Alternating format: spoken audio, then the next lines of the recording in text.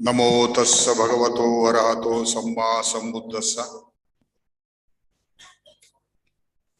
Venerable Kassapa Bhante, Venerable Ananda Bhante, and Swamiji Nithyasthananda Maharaji, they have come on dais, and we request them to light the lamp in front of the Bhagavan Buddha statue.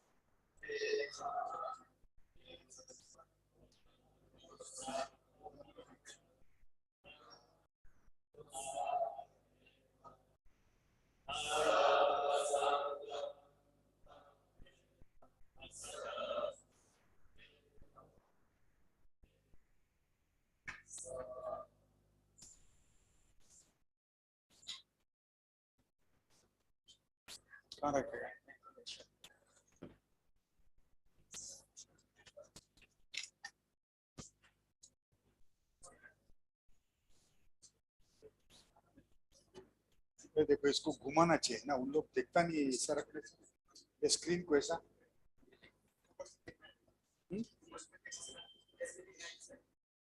उन लोग को दिखता नहीं है चंद्रशेखर, उन लोग। ठीक है ठीक है।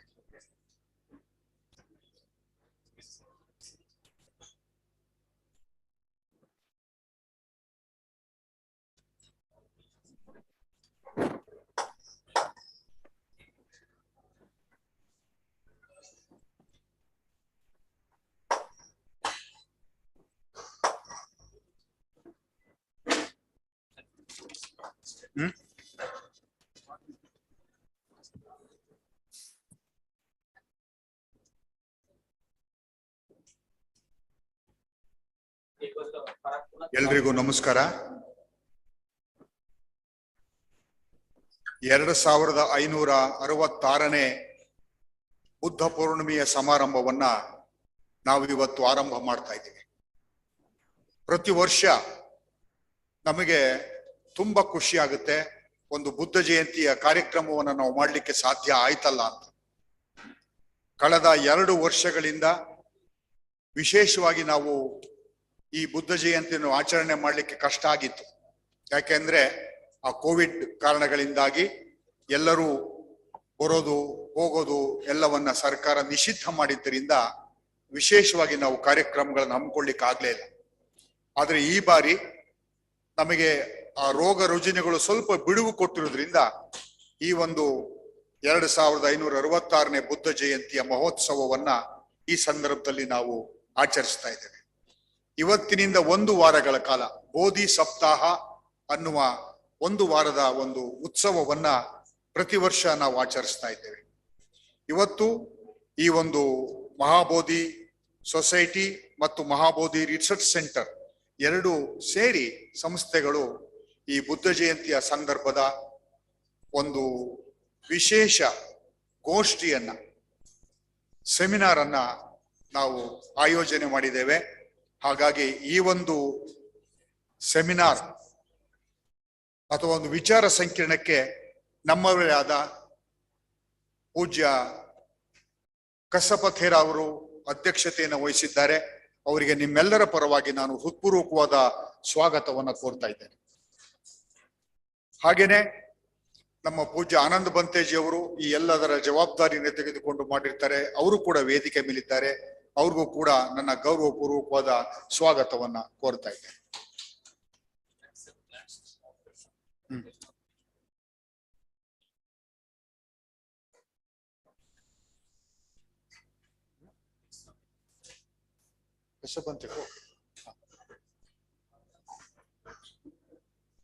ಕಶ್ಯಪ ಬಂತೆ ಅವರಿಗೆ ನಾವು ಒಂದು ಗಿಡವನ್ನ ಕೊಡುವುದರ ಮೂಲಕವಾಗಿ ಅವರನ್ನ ಸ್ವಾಗತ ಮಾಡ್ತಾ ಇದ್ದೇವೆ. Welcome welcome.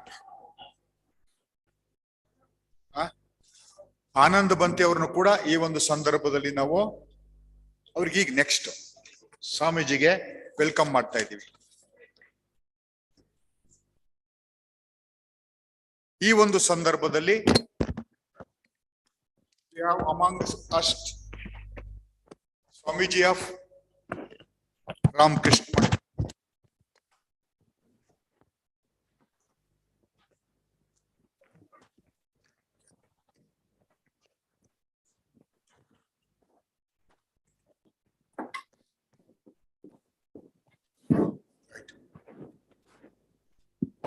ಸ್ವಾಮಿ ನಿತ್ಯಸ್ಥಾನಂದಜಿ ಮಹಾರಾಜ್ ಅವ್ರ ಬಗ್ಗೆ ಕೆಲವು ಮಾತುಗಳನ್ನ ಹೇಳ್ತಾ ಇದ್ದೀನಿ.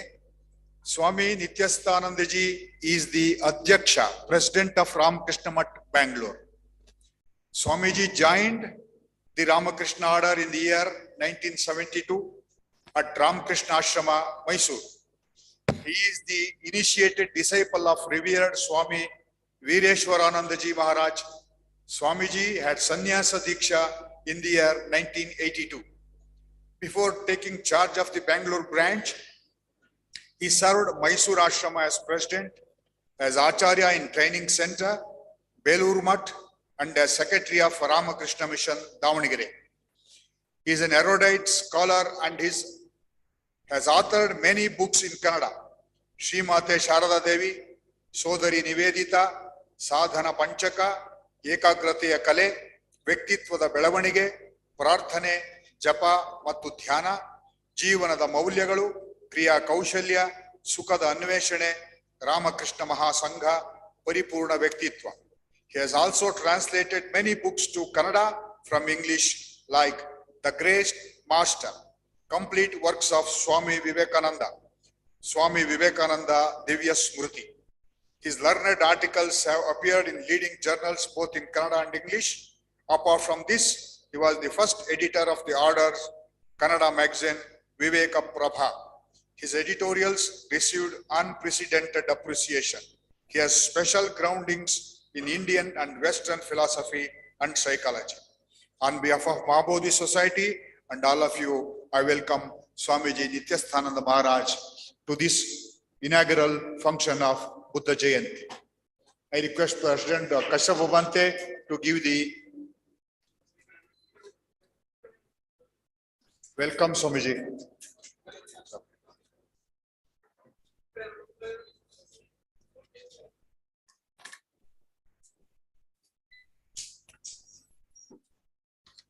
We have Venerable Vatagoda Magga Vihari Thera from Sri Lanka is going to join us in this seminar.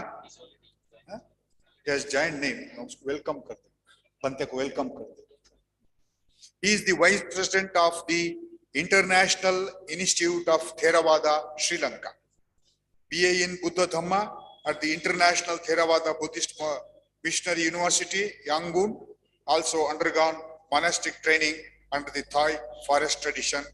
On behalf of Mahabodhi Society and all the Upasakas and Bhantes, I welcome Bhante also for this seminar of the International Mahabodhi Buddha Jayanti.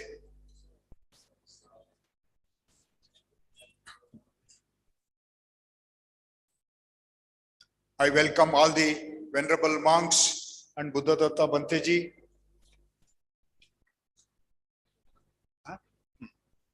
Venerable Panyaloka Bhanteji, Bhante Buddha.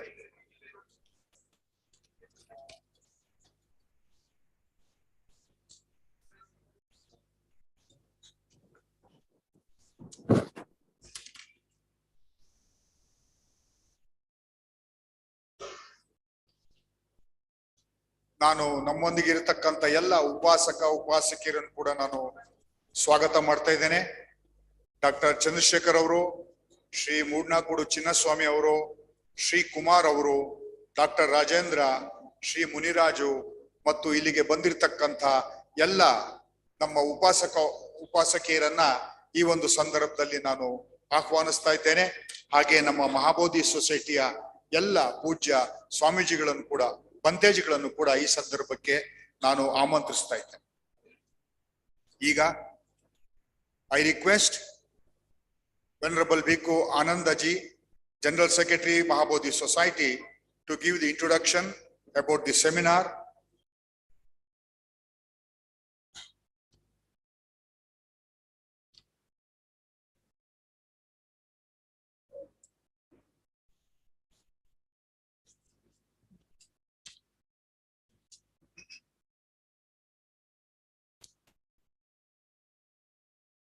Namo tassa bhagavato arahato samma sambuddhassa. Homage to the triple gem, the Supreme Buddha, the Noble Dhamma and the Holy Sangha. Homage at the holy feet of our Bada Bhanteji, Most Venerable Acharya Buddha Rakita Bhanteji. And homage to our President Kasapa Bhanteji, and my very heartfelt regards to our Swamiji and our Bhantes and everybody here, and lot of metta to all the upasakas, upasikas.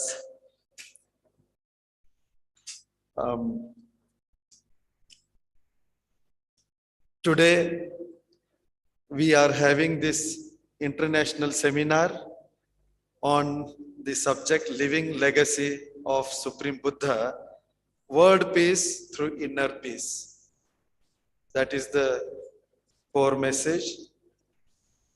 Mahabodhi Society, Bangalore, was started by Most Venerable Acharya Buddharakita Bada Bhanteji in 1956 by planting sacred Bodhi tree here. Just now we went there with Swamiji to see the Bodhi tree.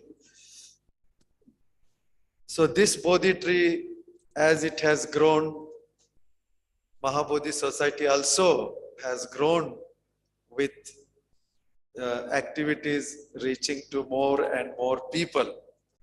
And the most important activities of Mahabodhi Society, the first thing is this monastic training center, and the second is meditation activity, and the third one is humanitarian activities like medical services, hospital service, and some schools. So these are the main activities of Mahabodhi Society. One of the earliest programs that our Bada Bhanteji started is discourses, Dhamma Dana program. Giving Dhamma discourse every week, every Sunday. Since 65 years, it is continuing without break. That is the real power of real essence of Mahabodhi Society, I feel. Mahabodhi Research Center is established by Bada Bhanteji. Bada Bhanteji's wish is that it becomes a university, Bhagwan Buddha Theravada University. And he started it, and Mahabodhi Research Center is running now 6 months certificate course in Buddhist studies, 1 year diploma course in Buddhist studies, and PhD program. And our immediate aim is to start BA and MA courses also. These are affiliated now to Karnataka Samskrita University in Bangalore and Jain University in Bangalore. As you are aware, Lord Buddha was born 2600 years ago. Now we are celebrating Buddha Jayanti, the birth of the Buddha on Vaishakha Purnima, enlightenment, Bodhi Jnana, that also on Vaishakha Purnima, and Mahaparinibbana on Vaishakha Purnima. We are celebrating. So today, week-long program called Bodhi Saptaha has been inaugurated by our chief guest Swamiji, Nithyasthananda Swamiji. I'm very grateful to Swamiji for coming and inaugurating this week-long Buddha Jayanti programs. Bada Bhanteji started this Bodhi Saptaha way back 50 years ago. And now, today also we had a hospital Dana service in Mahabodhi Burn Center in Victoria Hospital.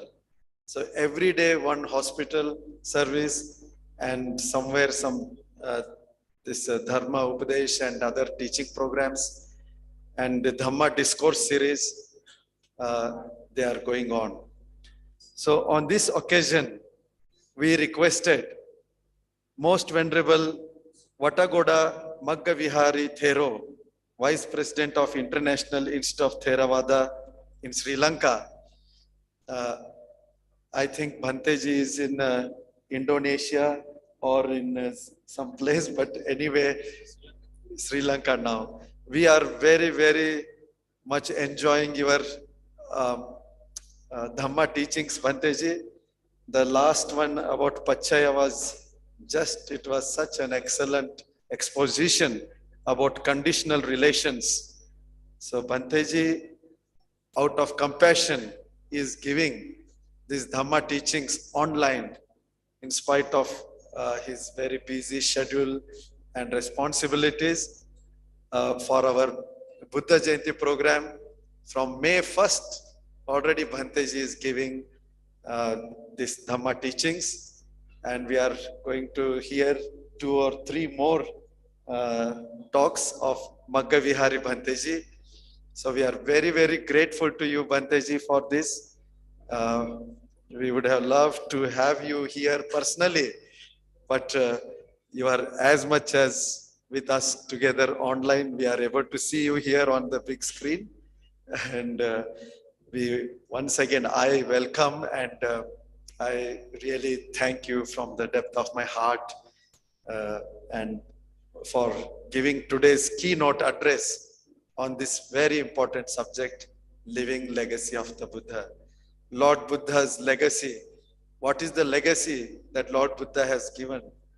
When Yashodhara Mataji asked, she told her son, Rahula, go and ask, what is that inheritance that your father can give you from Buddha? So Lord Buddha gave this precious Dhamma to Rahula, and he went on to become great Maharahant Rahula Thera. So that legacy of enlightenment, that inheritance of enlightenment, which is coming down for 26 centuries, is what is existing even today. Millions and millions of people around the world, in India, in Karnataka, everywhere, people are seeking after the Buddha, the Lord Buddha's teachings and guidance for their life. So we are very, very happy that this program is taking place. So without taking much time, we would like to hear from Venerable Vatagoda Magga Vihari Thero, the keynote address, and our chief guest today, Swamiji Nithyasthananda Swamiji, chief of Ramakrishna Ashram in Bangalore, who is also a great scholar, written so many books. And here I would like to mention small connection between Mahabodhi Society and Ramakrishna Ashram. It goes back to Venerable Anagarika Dharmapala and Swami Vivekananda ji, when they met in Chicago in the World Parliament of Religions. And Anagarika Dharmapala ji founded Mahabodhi Society, and Swami Vivekananda ji founded Ramakrishna Math. That is how these two institutions grew. And that is the first connection which continued.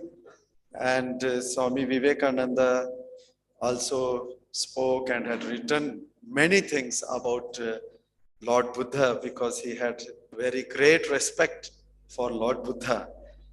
And then our Bada Bhanteji also spent in Singapore. He met Buddhananda Swamiji Maharaj of Ramakrishna Ashram, I think. And then later on in Kerala, he was in Muvattupuda Ramakrishna Ashram before he became Buddhist monk.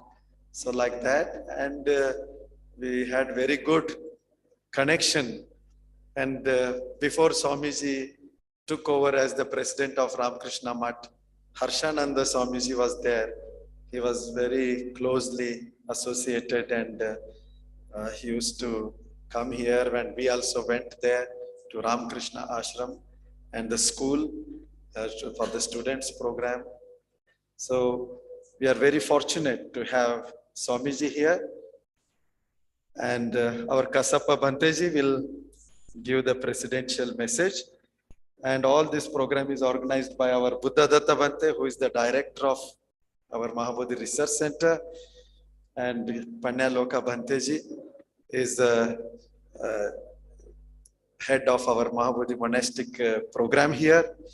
So all these great people are here, and let us now go ahead with this topic, Namo Buddhaya.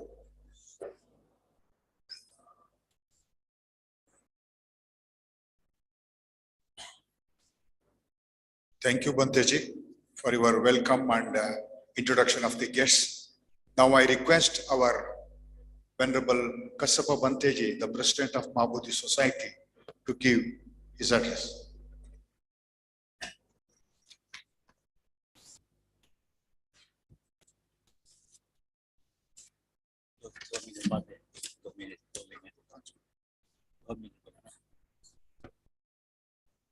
Namo tassa bhagavato arahato samma sambuddhassa. Homage to Triple Gem, homage to Bharabanti. Today, Chief Guest Swami Nithyasthananda and Venerable Patagada Magga Vihari Thero and Venerable Monk and the Dhyas and Samnera Anagarikas and Upasakas and Upasikas. The Mahabodhi Society is celebrating Enlightenment Week for 1 week since many years, which was started by most respected our Guruji Acharya Badari Kheta. During this week, we go to the different places to do some merited deeds. We are very fortunate and honored. This 1 week Enlightenment Week was invited by Venerable Swamiji with Nithyasthananda ji. Therefore, we are fortunate, and I would like to thank Swamiji. Swamiji came to today's program, so I would like to express thanks on behalf of all the monks and members of the Mahabodhi Society. During this week, as I mentioned, we will go to different places and give that message to the Buddha that peace, harmony among the many communities. So, practicing Sila, Samadhi, Panya, and Metta, Karuna, Mudita, Upekha, practicing in our life, we can then develop very peaceful society in our society. Therefore, I would like to thank Bhante Internatioanal Magga Vihari Thera, Bhante Vijay give the Dhamma. I'm not taking too much. I thank you very much.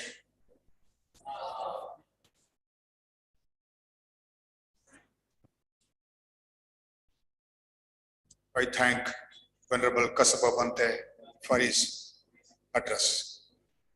Now, we request Venerable Bhikkhu Magga Vihari, Vice President, International Institute of Theravada, Sri Lanka. Now he will be giving us the keynote address of this international seminar on living legacy of the Buddha. I request Bhanteji to start. Thank you, Bhante. Namo tassa bhagavato arahato samma sambuddhassa. My utmost respect to all the Bhantes who have visited this seminar, especially the chief guest, the president of Ramakrishna Ram, Swamiji Nithyasthananda, and also the president of Mahabodhi Society, Most Venerable Kassapa Bhanteji, and also Ananda Bhanteji, and all the Mahasangha who attended this seminar. And I consider it as a privilege to be given the opportunity to deliver this keynote speech. And also I myself while I was studying my BA and MA in Myanmar, also got to know few friends, monks who had initiated their monk's life from Mahabodhi Society. And yes, I have a certain kind of bondage with this society. And also we pay respect to the founder of this society, the great Acharya, Bada Bhanteji, Bhante Buddha Rakkhita, also for initiating such a wonderful monk training center, and also initiating this research center, which is blossoming in India at the moment. So the topic of this seminar, as I got to know, is the living legacy of the Buddha, and the attention was given at world peace through inner peace, which is a timely topic that needs lots of attention. And personally, I believe Buddhism as a religion or as a philosophy can contribute greatly to this this notion of peace. There are various approaches that we can make for this, but in this keynote speech, I would like to drag our attention towards a certain aspect about how peace can be interrupted or peace can be disrupted in our society, and how Buddhism can contribute to this. And I also hope that during the speeches, during this seminar, we'll be able to gain more and more insights about this this topic, and we'll be able to gain some good outcomes which can be implemented, especially in our training, in our teaching.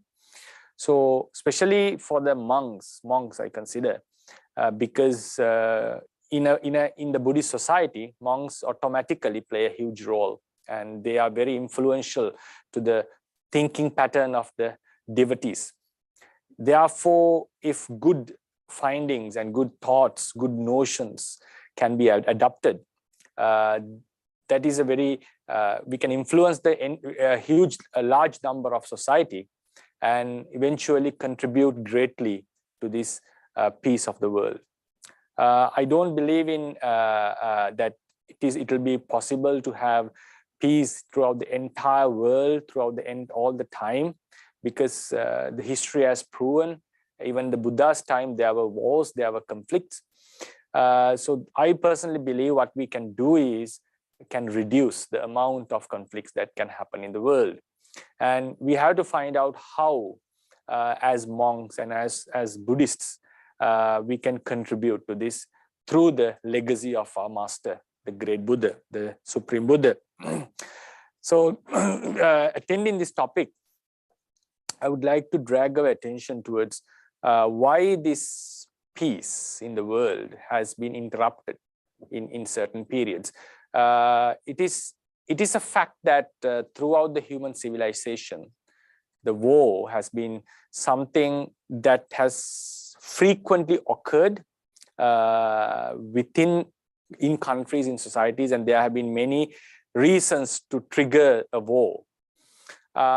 If we look into the present context, present day, because there can be wars even because of a certain person to gain a beautiful woman or a princess. Still, a war can be waged in ancient days.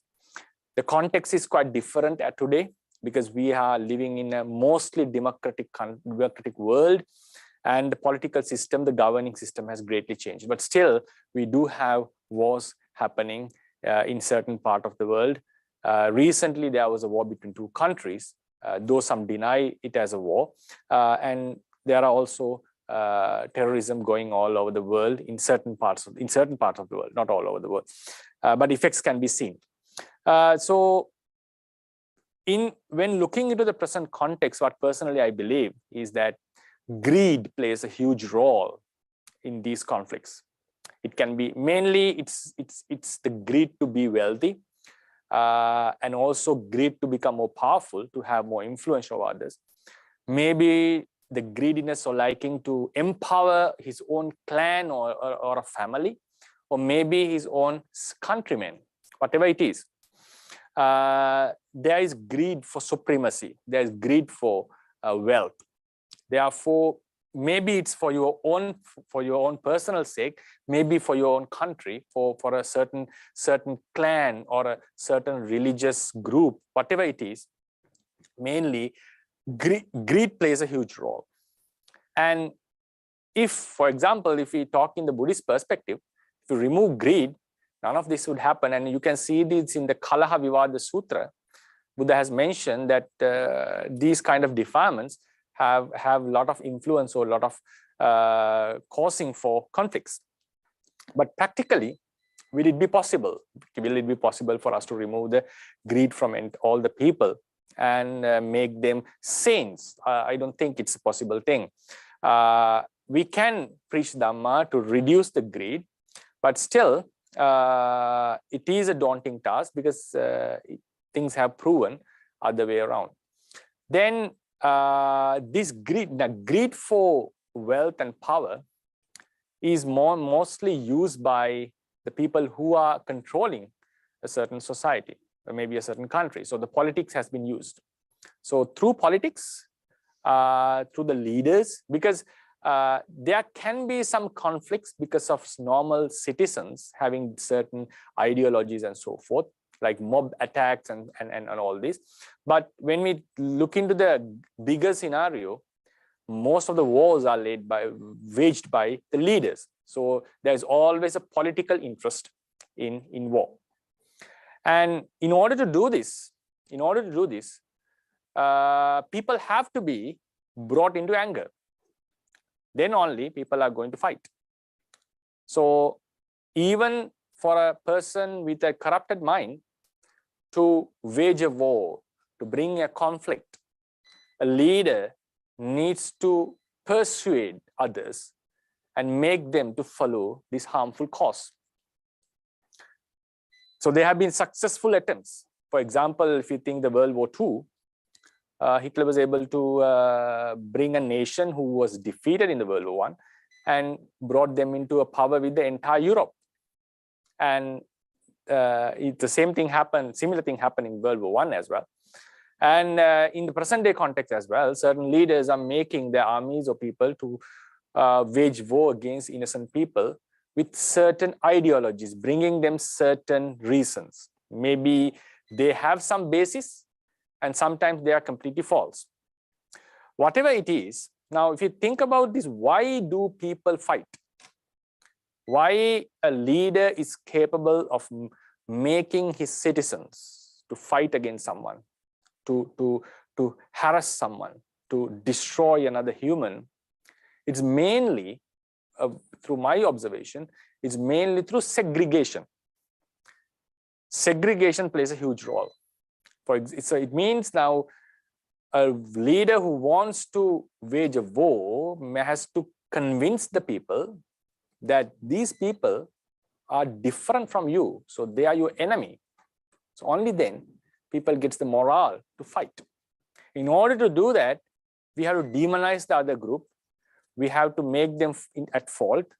We have to show their disparities with us, and eventually arouse the anger.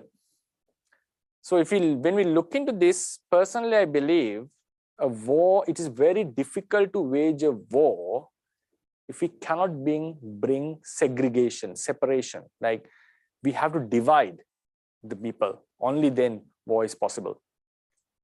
And only then conflicts are possible.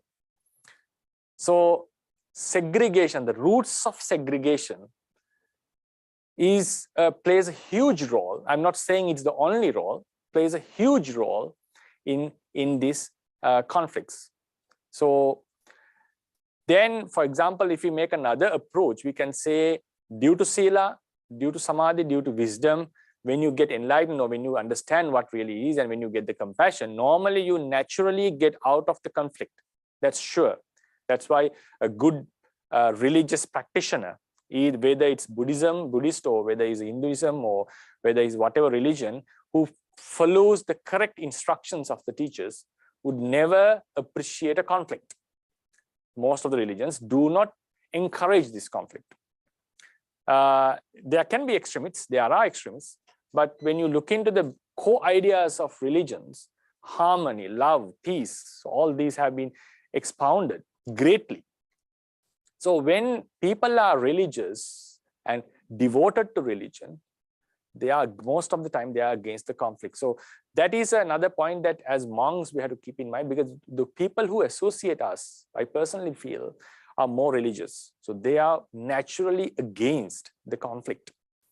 And we know that they are virtuous, we know that they are into Dhamma, and we can easily see that if we enlighten or if we preach Dhamma, people would get out of the conflict. But the story is different with the masses, I feel.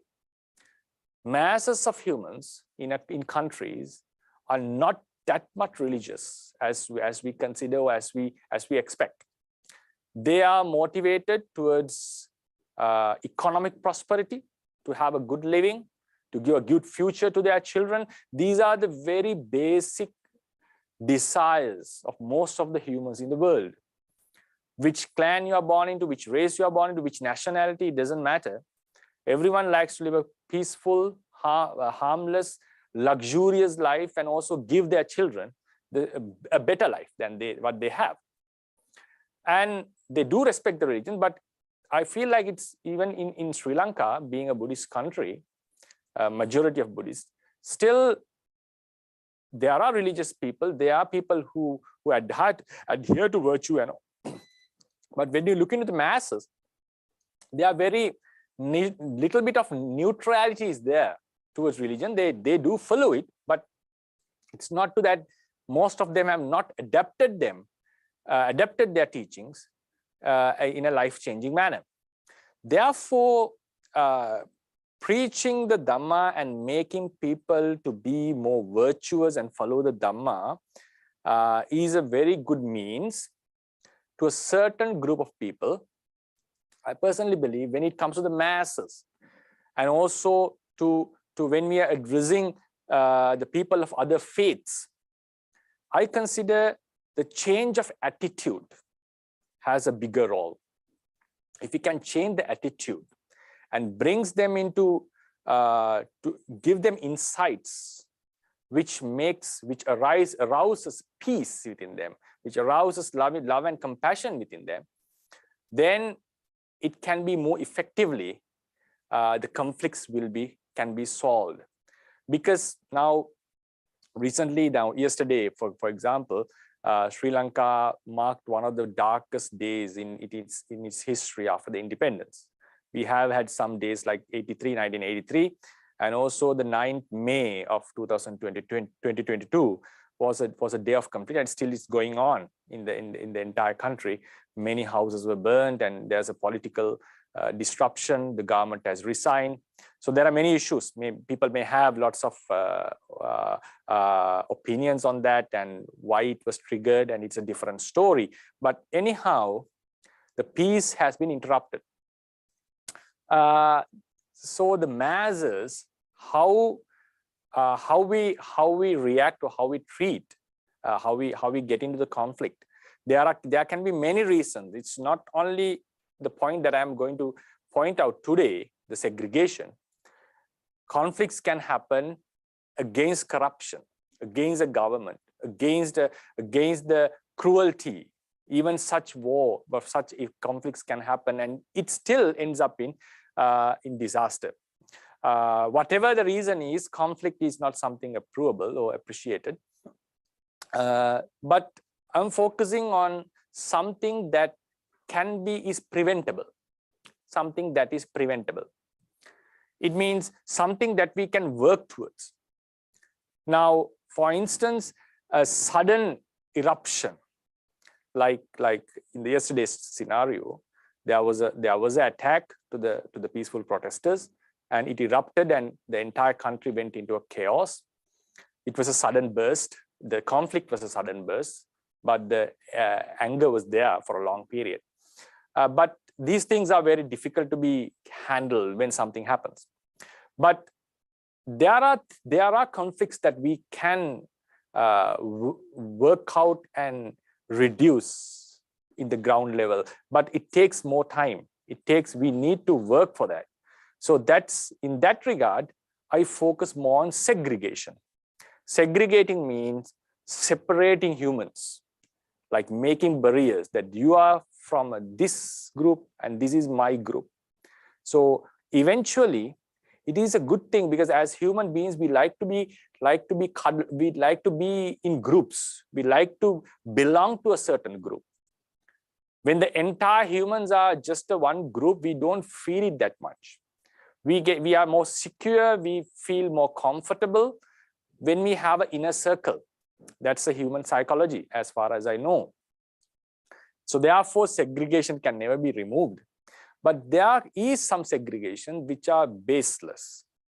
Segregation based on race, based on the clan, segregation based on religion. So these are the things that we can find out. So we have now, during the Buddha's time, and also I think it's still prevailing to some extent in India, the racial system, the Brahmins, Kshatriyas, Shudras, and Vaishyas, and on the untouchables. So there are certain segregations are there. Even in countries like Sri Lanka, we have Sinhalese, Tamils, Muslims, Burghers, Malays.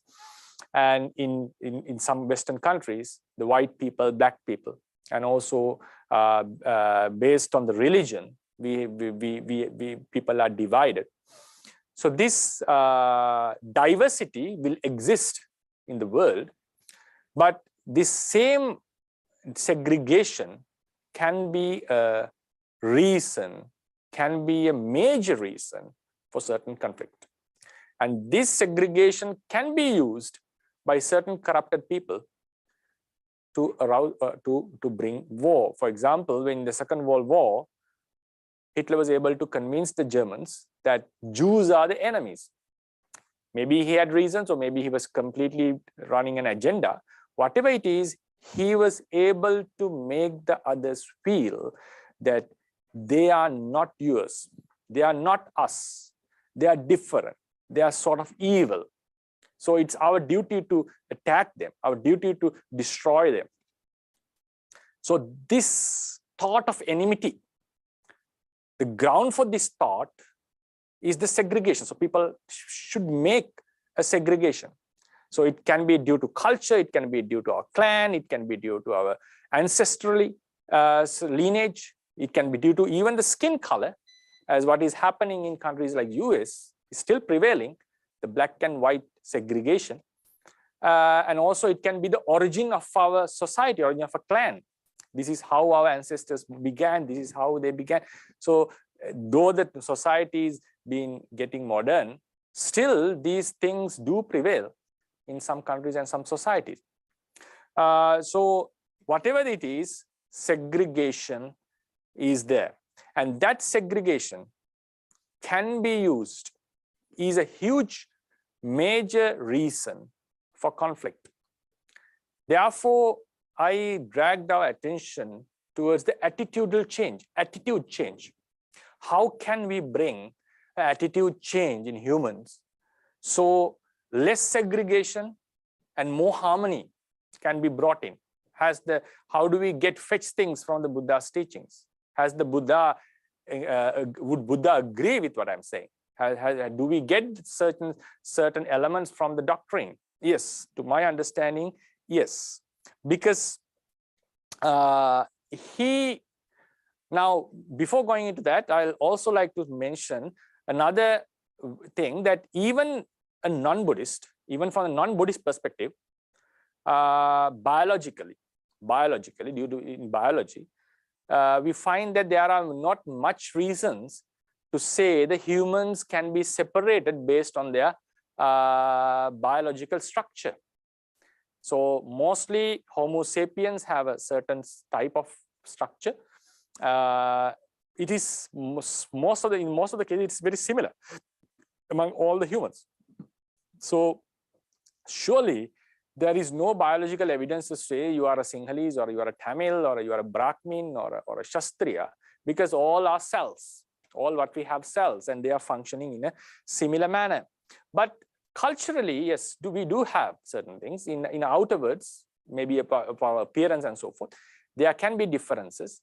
That is due to the weather conditions, the food we are eating. There are many reasons. So culturally, yes, we do have differences. Biologically, it's very rare. It's very less. And I heard one of the prominent scholars in Sri Lanka, a professor, was bringing this argument that he was pro-segregation.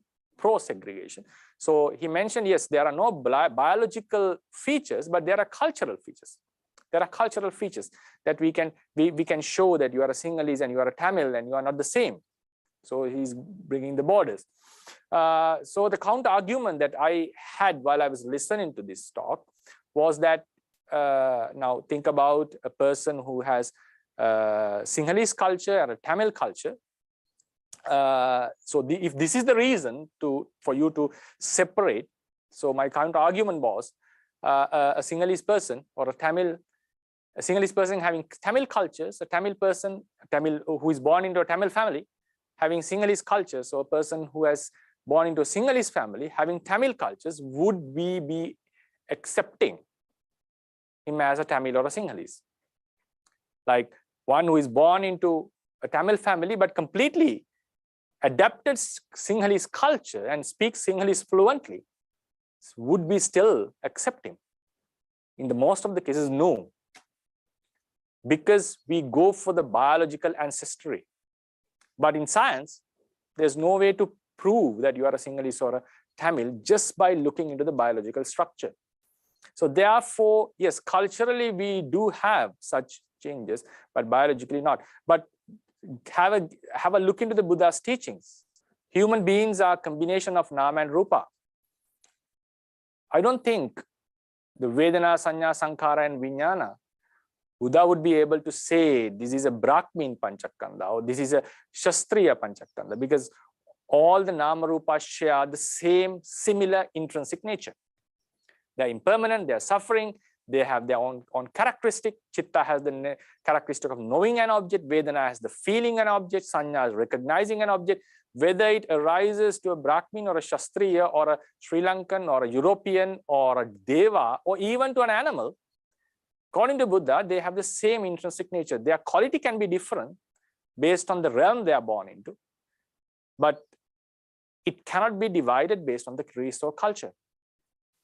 So therefore, there is not much basis for this segregation, though it is prevailing in the world. So what is the Buddhist approach? What the approach I make towards this inner peace, towards this world peace, through inner peace? Changing of attitude, changing of an attitude. Now, how do we get an example for this? How do we get an example? The best example is the Buddha's creation of Sangha.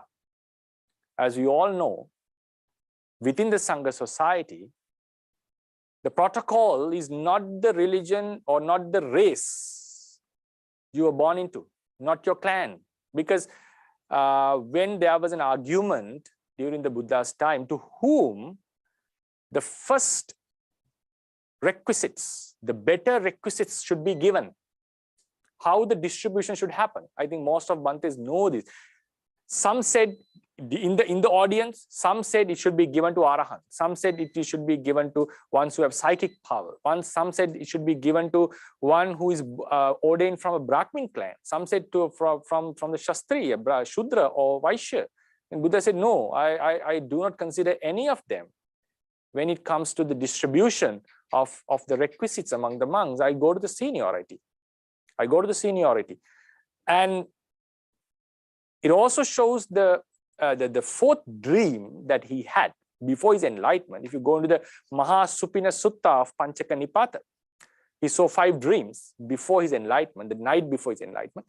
And the fourth dream was, if I read the Pali, Punacha param bhikkave tathagatas arahato samma sambuddhassa pubbheva sambhoda anabhi sambuddhassa bodhisattaseva. Now this occurred to me, he's referring to himself, to the Samma Sambuddha, before his enlightenment as a Bodhisattva. Chattaro sakuna nana vanna chatuhi disahi agantva padamule nipatitva sabbaseta sampajinsu. Birds of various colors came to him from various directions, from four birds with various colors came from 4 directions and eventually all became white in front of him, at his feet. Tathagatassa bhikkave arahato samma sambuddhassa pubbheva sambodha anabi sambuddhassa bodhisattaseva satto ayang chatutto maha supino patros. This 4th dream, he saw this 4th dream. So then he mentions what was this? What did it indicate? What was the sign that the Bodhisattva got? He said, Chattaro me bhikkave vanna. There are 4 races, 4 clans in the world, in India. Katya, Brahmana, Vessa, Sudha. Shastriyas, Brahmins, Vaishyas, and Shudras. Te tathagata pavedite dhamma vinaya agarasma anagaryam pabbajitva anuttaram vimukting satchikaranti. Tassa abhisambhodaya ayan chatutto mahasukuno patrahosi. So all of them would come into my dispensation and attain the liberation. And what was the sign he saw? All of them became white. There was no requirement for the progress in the sasana about the clan we were born into, from which they came into. All became sons of the Buddha. From the moment monks ordained, they abandoned their entire lay life sentiments. Whether I was a Brahmin or a Shudra or a Katya, we will wear the same robe, similar robe. We'll share our hair and observe the same precepts. Is it the only thing that we have to change? Personally, I believe no. The sentiments have to be changed. Sentiments means from that day onwards, for monks, what is their race? We are the sons of the Buddha. What is your religion? It's the following the Buddha's teachings. Yeah, we can call it Buddhism. What is our precepts? What is our virtue? It's our precepts, the Upasambhada Sila or Samanera Sila or whatever mentioned in the Vinaya Pitaka. This is our conduct. What is our goal? Our goal is to attain the liberation. That is for ourselves. Regarding others, to spread the Dhamma, teach them, make them enlightened, make them feel, experience the happiness that we are feeling. So this is our duty after becoming a monk. So he made a legacy. One of the greatest legacies that he provided to the world is that people of various religions, various ethnicities, various ages, and also he gave it to the bhikkhunis, the ladies, and also of different genders. Everyone can come and live in harmony, abandoning all of their sentiments and live as good human beings, following a good virtue with a noble intention of getting rid of suffering. So he proved it. Therefore, personally feel that this, according to this, for an example, a Buddhist monk ordaining from a Brahmin family, for example, if he is to meet a Brahmin and a Shastriya or a Shudra, a lay person, he should not have any segregation that he's from my clan and this is from a different clan. Rather, he would feel that all 3 of them are human beings. So we have to treat them as human beings. There may be some liking and disliking based on their behavior. That's true, because if someone is behaving badly as monks, we should not appreciate it. Regardless of the clan, even a Brahmin monk seeing a Brahmin doing a harmful thing and a Shudra doing a good thing, we should always appreciate, no, this person is virtuous than you. Why is that? He is having a proper behavior. So I think Buddha has mentioned this in the Vasala Sutra.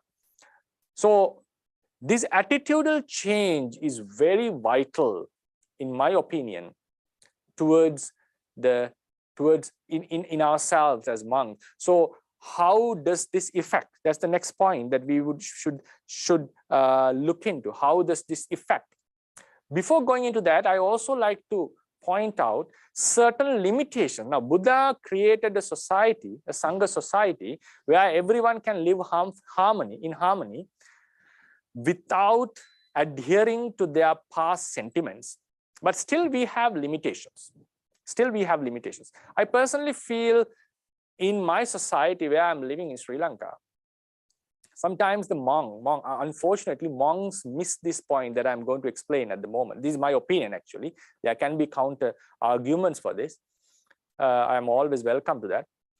It's like now, even though we are a society, a society full of harmony, full society, monks, I'm meaning, monks or a Sangha is a society full of harmony, full of virtue, but still Buddha made some restrictions. Buddha asked us to associate less the other people of other religions. Why is that? If the other views are influencing you, it is detrimental to your practice.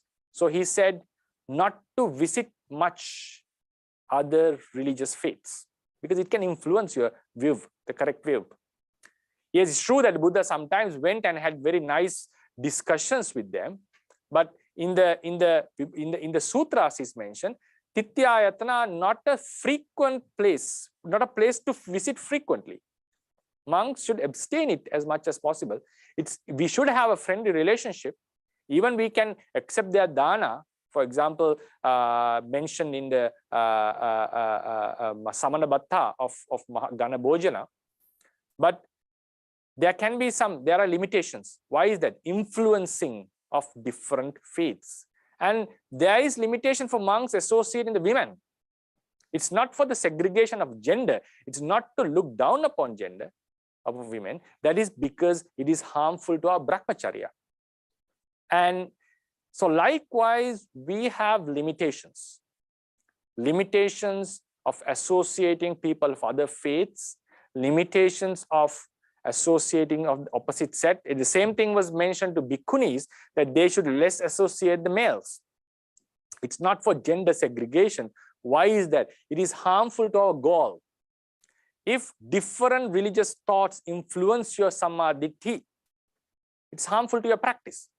If lustful thoughts come up due to associating opposite sex, it's harmful to your practice. Therefore, he laid down strict rules in some occasions, strict rules with regard to this. But at the same time, Buddha, Sariputta, Venerable Ananda, occasionally, not always, occasionally visited other religions and had very nice discussions.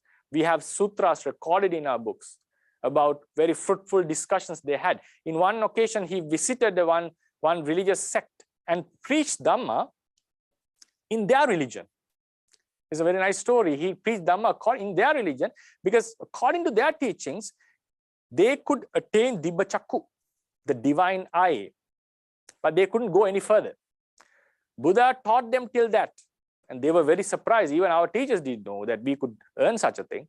And they were really surprised that how Buddha was able to preach them and guide them in their own religion towards a proper destination.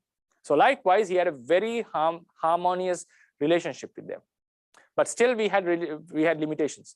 So in my opinion, what I have observed in my monk life, these limitations are only for monks. That is the argument that I bring.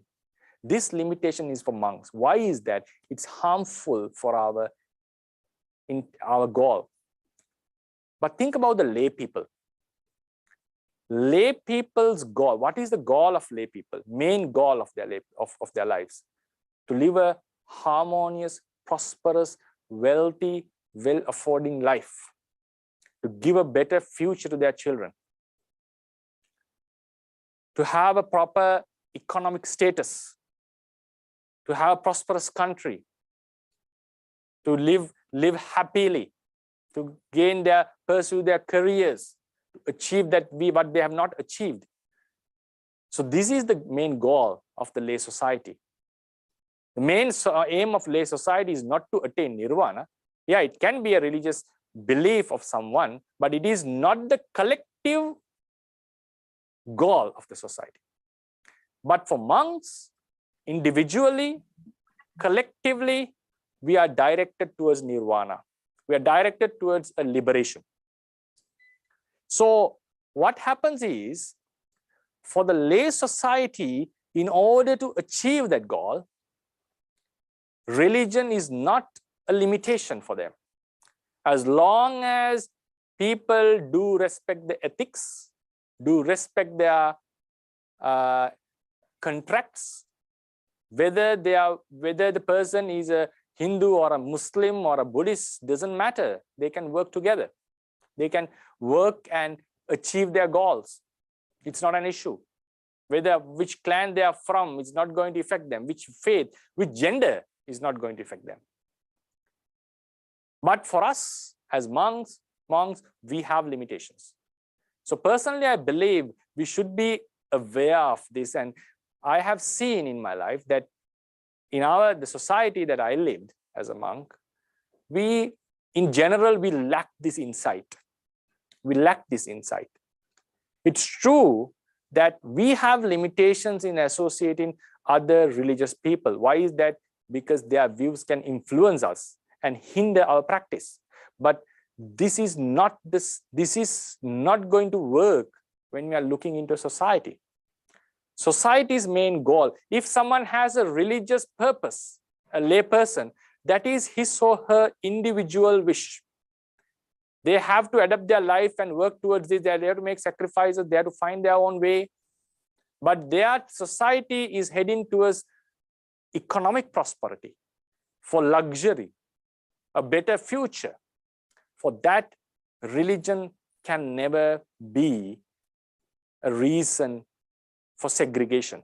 It's detrimental. Race should not be an issue. Gender should not be an issue. So this insight, I feel monks should have very, very, very, very strongly. And also the Buddha within the society, within the Sangha society, Buddha made us to think that all our brethren are sons of Buddha, not from a specific race or a specific clan. So this attitudinal change is very vital. So therefore, when we meet the people, we have to treat them very equally. The thing is, we have a limitation. We have to accept that. We have limitations in religion as monks, in gender. But that is not valid for lay people. So therefore, I personally believe in the Buddhas, because when Anatha Pindika in a Jataka story, Apannaka Jataka, as I remember, I exactly forgot the name of the Jataka. The story is Anatha Pindika had 500 friends, merchant friends, who were of different religious beliefs. Eventually, he brought them to Buddha, and Buddha was able to teach them and convince them what his teachings. But that's a different case. But he was able to do his business and everything with other religious people. So he was being a noble being, noble Sotapanna. He still could do that. So, yes, Bhaktaji. Thanks for your erudite speech. This is an international seminar, and you have given a very good speech for the entire audience who are sitting here. And now you can conclude this speech. Okay. Yes, okay, sir. right. Yes, right. Thank you for reminding, Mr. So yeah, so then the thing is, so my point of view is, now this attitudinal change is something that we need to bring out. So if this change, because now think about the deep Dharma, there is no difference in Nama and Rupa that we possess. And the Sangha society, as monks, we are supposed to treat the humans as humans, and also we should know the limitations that we have, but not the lay people. So when we preach the Dhamma in this aspect, what happens? We will be able to spread the thought that humans are humans. So we won't be able to do that in the entire world. At least this message can be conveyed. We can treat the people in a better way. We can make them to treat like this. So when the sentiments are gone, there are movements in the world that people consider as global citizens at the moment. So what does it mean? They are bringing them as the same human race. So Buddhist monks can do a great contribution for this aspect, and that would, I personally feel, that would lead for religious world harmony, because less the segregation, less the conflicts. And as monks, as humans, considering us as humans, not only preach into the Buddhist, but to the entire people, we can bring this idea to consider, to discard the differences and to be on a basic ground. To conclude, it's not only about humans. As Buddhists, we have to consider even other living beings as living beings. So therefore, Buddha has laid a legacy that upon which we can work greatly to bring the world peace and also enhance the world peace. Yeah, that would be my lecture. Thank you for your time and thank you for listening. And I hopefully successfully, I hope that this seminar would be a great success in the following few days. Sadhu, sadhu, sadhu. Thank you very much, Bhanteji, for your enlightening lecture.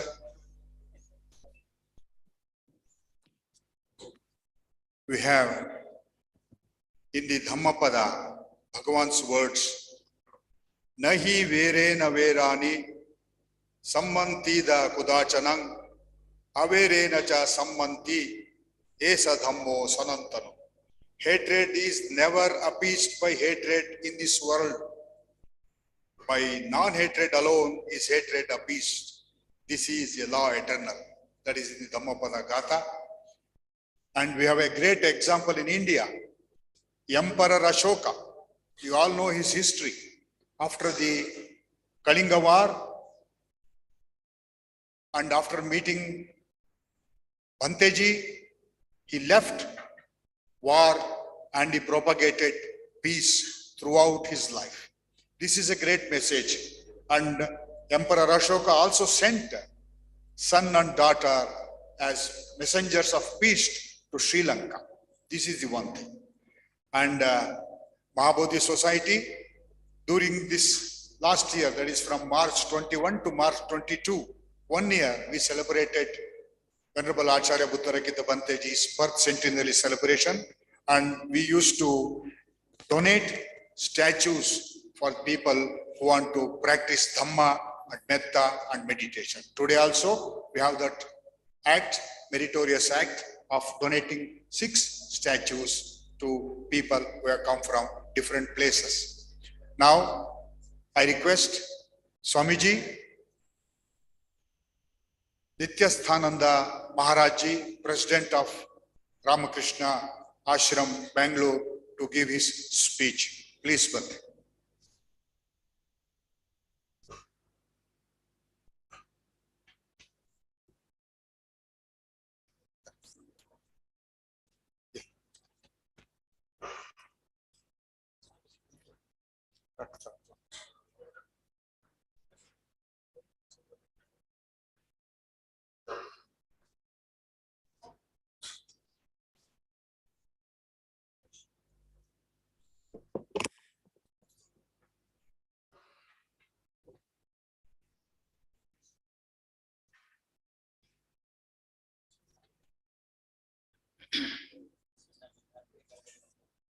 Om Sahana Vavatu Sahano Punaktu Sahaviryam Karavavahai Tejasvinavadhitamastu ma vidvishavahai.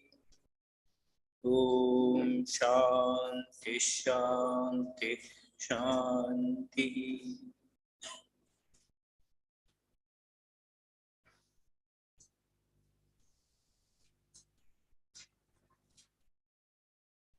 Venerable Kassapa Bhante, Venerable Vatagoda Maggavihari Thero, Ananda Bhante, and other brother monks and my dear friends.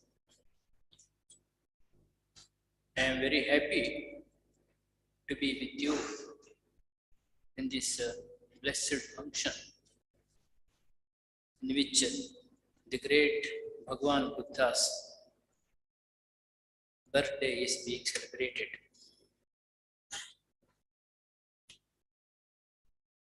I want to express my great regard for Buddha through the words of Swami Vivekananda.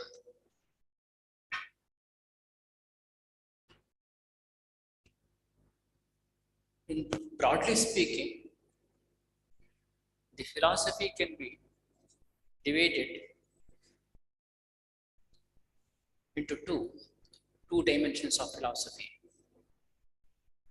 One is the metaphysical, another is humanistic. Metaphysical philosophy means it is philosophy beyond the physics, related to the metaphysical ideas, the supernatural ideas. For example, what is the nature of ultimate reality? How the world is created? Who created it? What is the relationship between the God and the universe? What is the ultimate reality of the human personality? Is there a truth behind this body, mind, and psychophysical structure? Is there any truth? Is there any permanent element behind this personality system? All these things, belong to the metaphysical questions, metaphysical speculation. In contrast to that, there is another dimensions of philosophy, that is humanistic. Humanistic means they say we are not interested in these metaphysical questions, metaphysical speculations. We are interested in what is the present condition of man, what is the present predicament of man, how he is suffering. There are so many problems are there, existential problems are there, sufferings are there, how to solve, how to overcome it. These problems we have to tackle. We have to concentrate on that. That is humanistic dimensions of philosophy. For example, there is a very great philosophy is there.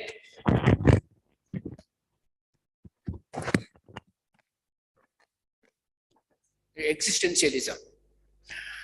Existentialists, they give such a, very depressing picture of human condition, human predicament, human sufferings. Yes, very depressing and pessimistic picture of it.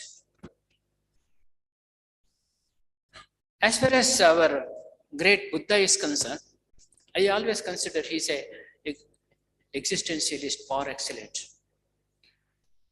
Existential philosophy is only a very recent development. But Buddha talked about it 2500 years back. He was the first existentialist, you can say. But he did not stop picturing the human condition as a full of sufferings. He did not stop that. He has seen the sufferings of the humanity, sufferings of the people. Seeing the sufferings of the people only, he renounced the whole world and started his tapasya, started his sadhana, spiritual practices for enlightenment. Solve the sufferings of man. That was his idea. That was his purpose. He did not do all those spiritual practices and tapasya and all that for his own sake. For the sake of solving the human problems, to transcend the human sufferings. Is there any solution for it? To find out that one, he did tapasya and got enlightenment and started preaching his philosophy and religion, his teachings. So that is why in Buddha's teachings, we find there is also a solution for it. There is suffering, there is a cause for suffering, and also there is a solution to overcome this cause, transcend this cause, and what are the way to transcend it? What are the way to overcome this one? That also he taught. So this is one of the most important thing to be noted. That is why Swami Vivekananda, speaking about Buddha, he says, very inspiring terms, he says, Buddha He is only the prophet who said, I do not care to know your various theories of God. What is the use of discussing all these settled doctrines about the soul? Do good and be good. And this will take you to freedom and whatever the truth there is. So that means Buddha gave more importance to means of attaining the freedom. More important. Earlier, people are only interested in discussing about the end, discussing about the ultimate truth and all that. But there is no practice. There are two sections of the people. One is only deeply involved in different kinds of rituals. Another section of the people deeply involved in discussing speculating what is the ultimate reality and all that. What is the nature of the reality and all that. They are only involved in that. There is no way how to reach that far. People are not concerned about that. That was the condition. In such particular juncture, Buddha came, incarnated, to preach the people how to attain this ultimate reality, how to overcome this human sufferings and predicament. This is the great contribution of Buddha, giving greater importance to the means, not to the end. This is one of the important points to be noted. There is a famous story, you all know about it. There was one person was there. He was hit by a poisonous arrow and he came running, and others wanted to remove that poisonous arrow to save him, save his life. But he did not allow. He told, unless you tell who has hit this arrow, what is the nature of the arrow? What is the nature of the poison? If you tell all those things, explain all these things only, then I allow you to remove it. How is it possible? He will die. He will die.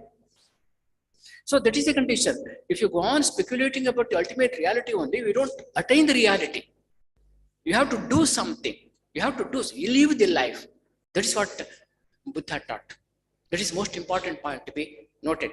That is why in Buddha's teachings, what we find is the means of attaining that reality. That is why he gave greater importance to the ethical conduct. Be good and do good. If you be good and do good, whatever that is truth, whatever truth is there, ultimate truth is there, whatever freedom is there, everything you will get it. You get it. You have it. So that's what Buddha told. So there is another story also. There are scholars were there, 4 scholars were there. They were discussing about what is the ultimate God. Whether Brahma is the greater, or Vishnu is the greater, Shiva is the greater, or Divine Mother is the greater, Devi is greater. They were arguing and quarreling and all that. Buddha goes there and inquires one person, one scholar. Have you seen Brahma? You say Brahma is the greater God, greatest God. Have you seen Brahma? No.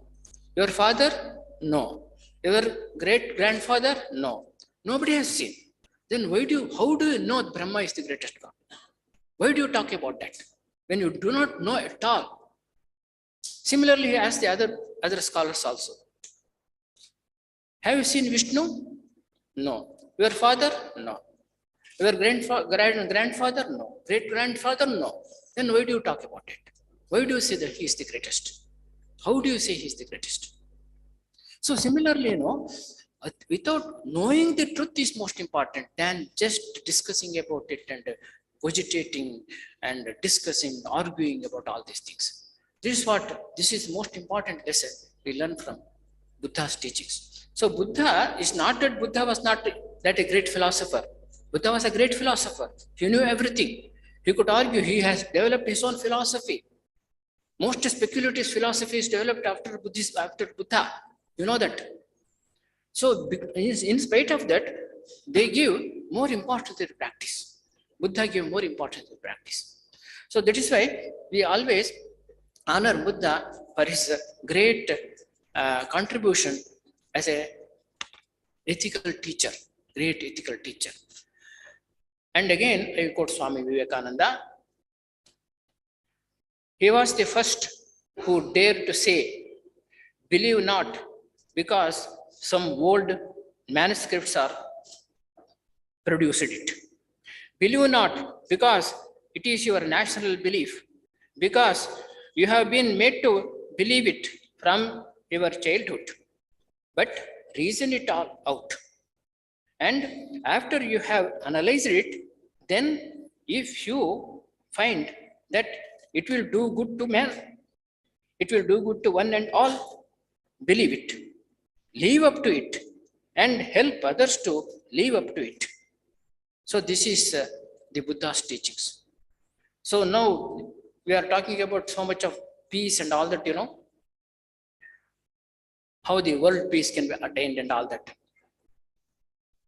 And as the subject of the seminar, main topic of the seminar, the world peace through the inner peace, through the inner peace. Through the inner peace only it is possible to attain the world peace. How to attain this inner peace?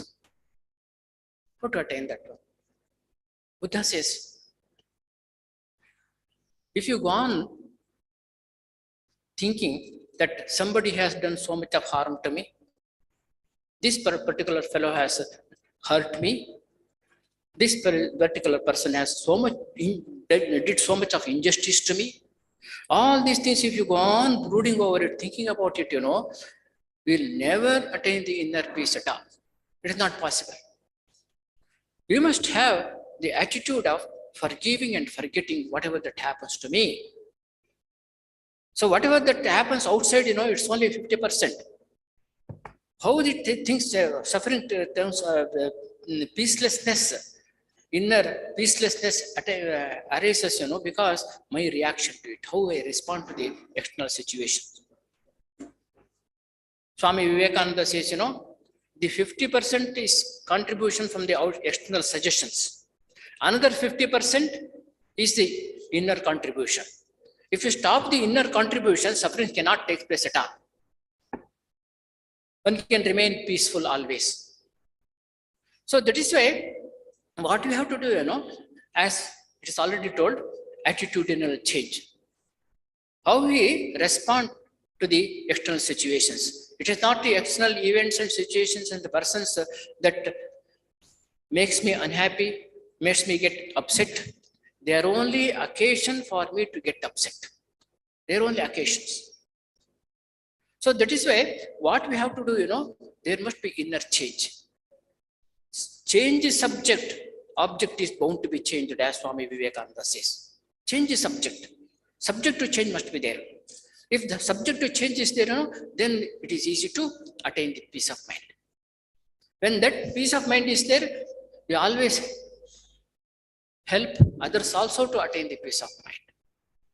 I will tell one great message delivered by Holy Mother Sri Sharada Devi. That was her last message.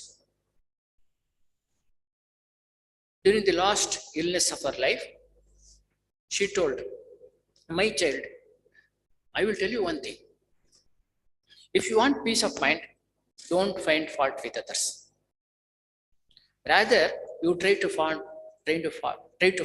your own fault within yourself. If you go on finding a fault in others, your fault will increase.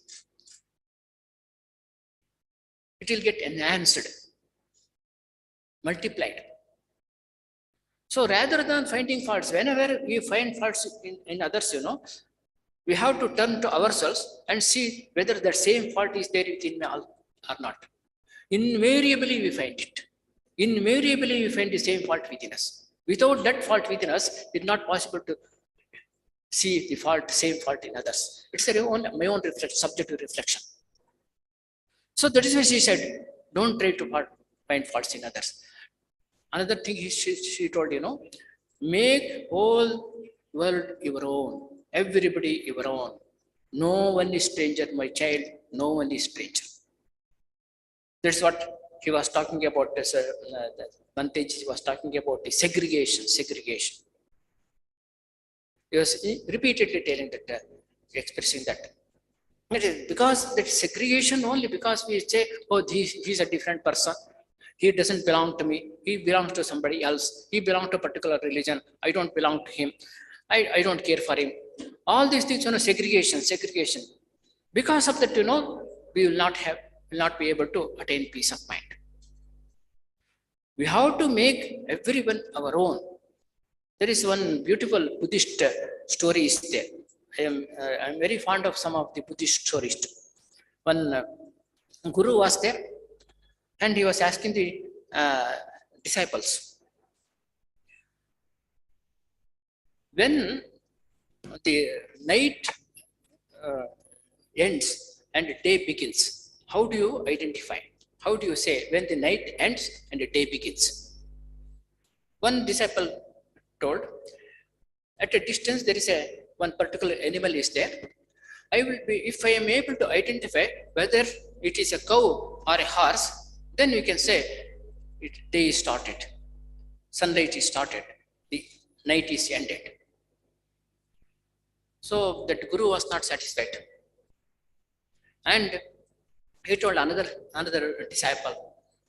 He told, if there is a tree at a distance, if I am able to identify whether it is a jackfruit tree or a mango tree, then we can say the day is started and night is ended. But the guru was not satisfied with that also. So many disciples told so many things like that, and ultimately the guru himself told, when you confront a person, if you are able to identify him or her as your brother or sister, then the night is ended, the day has begun, sunlight has begun.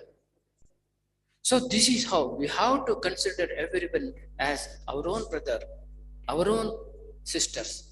With that idea, if you are able to understand, have relationship with others, then there will be peace everywhere.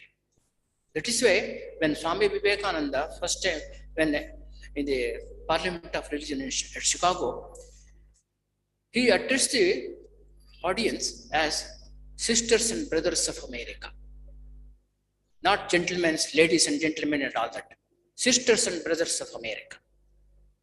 When he uttered those few words, 3 words, then there so much of clapping was there. Ovation was there among the audience. The standing ovation. For 2 minutes it seems. They were so happy.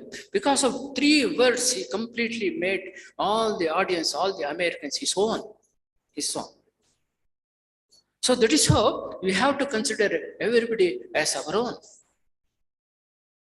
Aham nijaha paro veti ganana lagu chetasa udara charita namto vasudhaiva kutumbakam. There is a famous verse in Sanskrit. Aham nijaha, ayam nijaha paro veti. This particular person belongs to me. That particular person belongs to somebody else. I don't care for him. This kind of consideration is a lagu chetasa. It's a very weak-minded, mean-minded attitude. Udara charitanam, those who are very generous, for them, vasudhaiva kutumbakam, whole universe is their own family. Nowadays they speak about the global village and all that. Because of the modern communication, all the cultures and religions and races are coming closer and closer and all that. It is all true. Physically they are coming out closer, but emotionally we are all distancing ourselves. That should not happen. The modern communication itself is helping us to distance ourselves. That is an unfortunate thing. Instead of bringing us closer emotionally, it is making us far away, making us go far away. We are more interested in the people at a distance, not nearby. So that should not happen. We must be able to have all kinds of harmony, religious harmony, cultural harmony, racial harmony, all the different kinds of harmony there must be. Then only the war can be stopped. So that is why what is more important is this in outer peace is possible, world peace is possible only the attitudinal change as Banteji has already spoken. So I am very happy to be here and attend this function. We are all so nicely, I am so happy to see the brother monks sitting here and, with so much of attention and all that. I am so happy to be with you all. We are all our brother monks. To be with the brother monks is a great opportunity. So nice. I am very thankful to the authority for inviting me to this beautiful function. Thank you. Thank you so much.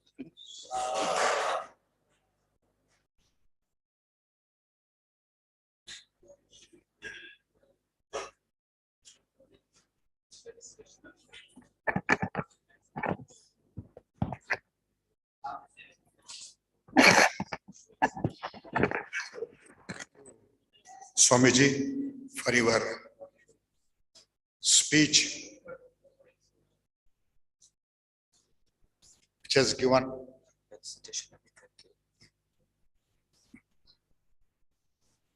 you have graciously come and inaugurated the international seminar on living legacy of the Buddha, and also inaugurated the 2566th Vesakha Buddha Purnima celebrations on behalf of Mahabodhi Society.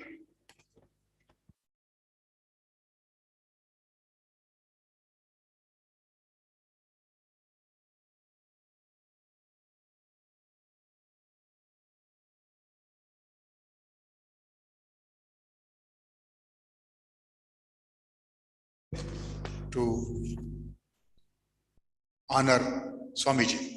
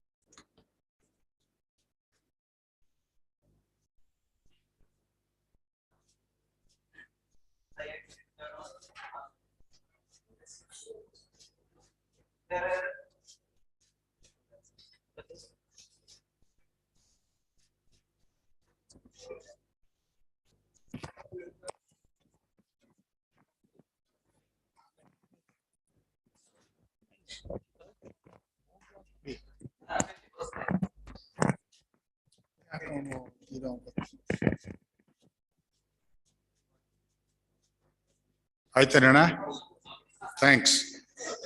We should thank the media people. They have come from all the way, and it should be given to the public. That's why they are so much eager to take thousands of photos. Thanks. Now I request Bhikkhu Buddhadatta Bante to give vote of thanks. Statue पहले दे देंगे बनते हाँ ठीक हाँ statue को list तरफ we have 6 statues to be donated. The first one is Siri Dhamma Buddha Vihara, Yalandur Taluk, Chamarajnagara, Karnataka. Please come. Bani alla bani. This was donated by Mr. Venkateshappa, Srimati Shivamma, and Srimati Shevemi.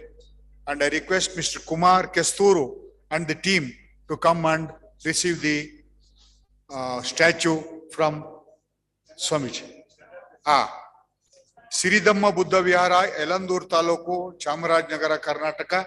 Daimadi Vedike ಮೇಲೆ ಬನ್ನಿ ಸ್ವಾಮೀಜಿ ಅವರಿಂದ ಸ್ಟ್ಯಾಚ್ಯೂವನ್ನು ಸ್ವೀಕರಿಸಿ ಎಲ್ಲರೂ ಬನ್ನಿ ಅಲ್ಲಿ ಅಲ್ಲಿ ಅಲ್ಲಿ ಅಲ್ಲಿ ಬಂತೆ ಇದ್ದಾರೆ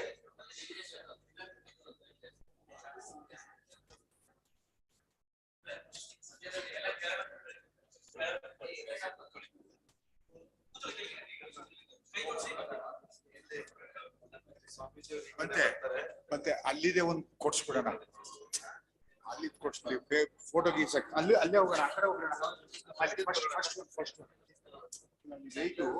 ಅವರಿಗೆ ಸಿರಿಗಮ್ಮ ಇಲ್ಲಿ ಇರ್ಲಿ, ಕೂತ್ಕೊಳ್ಳಿ, ಆ ಕಡೆ ಕೂತ್ಕೊಳ್ಳಿ ಸ್ವಲ್ಪ. ಅವ್ರಿಗೆ ಪ್ರಶ್ನವ್ರಿಗೆ ಕೂತ್ಕೊಳ್ಳಿ.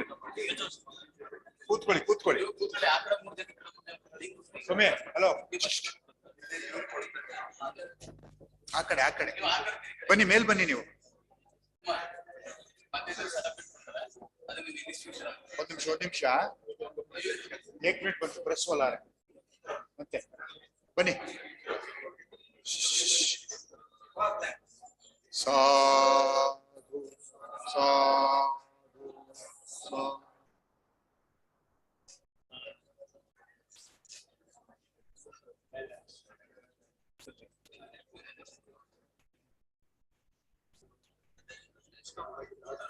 ಎರಡನೆಯ ಬುದ್ಧ ರೂಪ ಧಮ್ಮ ವಿಹಾರ, NH4 Davanagere road, MK Hatti post, Chitradurga, Karnataka. The donor name is Rigi Group, Switzerland. Merits dedicated to Venerable Visuddhananda Thero for his good health. Mr. Vishwa Sagar R. ಆ ತಂಡದವರೆಲ್ಲ ದಯವಿಟ್ಟು ಮಾಡಿ ಬನ್ನಿ. ಧಮ್ಮ ವಿಹಾರ, ದಾವಣಗೆರೆ ರೋಡ್, MK ಹಟ್ಟಿ ಪೋಸ್ಟ್. ದಯಮಾಡಿ ಎಲ್ಲರೂ ಬನ್ನಿ. ಸ್ವಾಮೀಜಿ ಅವರು ಅದನ್ನ ಕೊಡ್ತಾ ಇದ್ದಾರೆ, ದಯಮಾಡಿ ಸ್ವೀಕರಿಸಿ.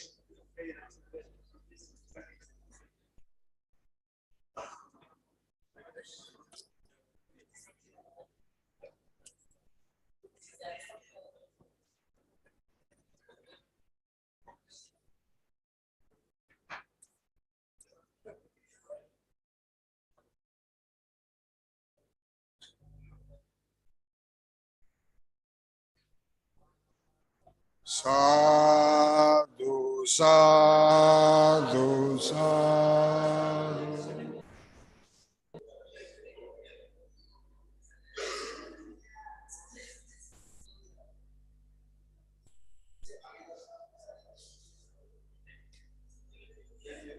ಮೂರನೇ Buddha Rupa Ananda Buddha Vihar, Dadgi taluk, Bhalki district, Bidar, Karnataka. Mister Lavakush S Kamble, ದಯಮಾಡಿ ಬನ್ನಿ. ರಿಗಿ ಗ್ರೂಪ್ ಸ್ವಿಟ್ಜರ್ಲೆಂಡ್ ಅವರು ಇದನ್ನ ಡೊನೇಟ್ ಮಾಡಿದ್ದಾರೆ. Merits dedicated for the good health of all the MBS Sangha. Lavkush S Kamble ಅವರು ಬನ್ನಿ.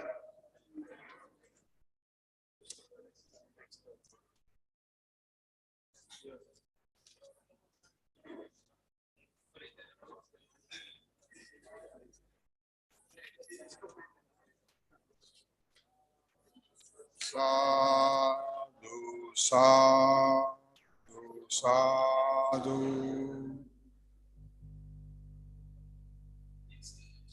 ನಾಲ್ಕನೇ ಬುದ್ಧರೂಪ ಸರ್ವೋದಯ ಡಾಕ್ಟರ್ BR ಅಂಬೇಡ್ಕರ್ ಯುವಜನ ಸಂಘ, ಚಾಮರಾಜನಗರ, ಕರ್ನಾಟಕ. ದಯಮಾಡಿ ಎಲ್ಲ ಬನ್ನಿ. ಇದು ಡೊನೇಟ್ ಮಾಡಿರೋದು Rigi group Switzerland. Merits dedicated for the good health of all the Rigi group and their family members. Shri Umesh ಅವರ ಮುಂದಾಳತ್ವದಲ್ಲಿ ಎಲ್ಲ ತಂಡ ಬರಬೇಕು, ಈ ಒಂದು ಬುದ್ಧ ರೂಪವನ್ನ ಸ್ವೀಕರಿಸಬೇಕು.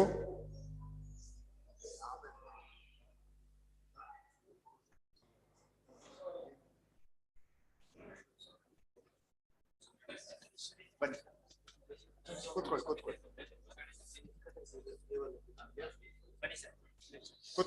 ಕೂತ್ಕೊಳ್ಳಿ ಬನ್ನಿ ಸರ್, ಬನ್ನಿ. ಮುನ್ರಾಜ್ ಅವರು ಇದ್ದಾರೆ ಇಲ್ಲಿ.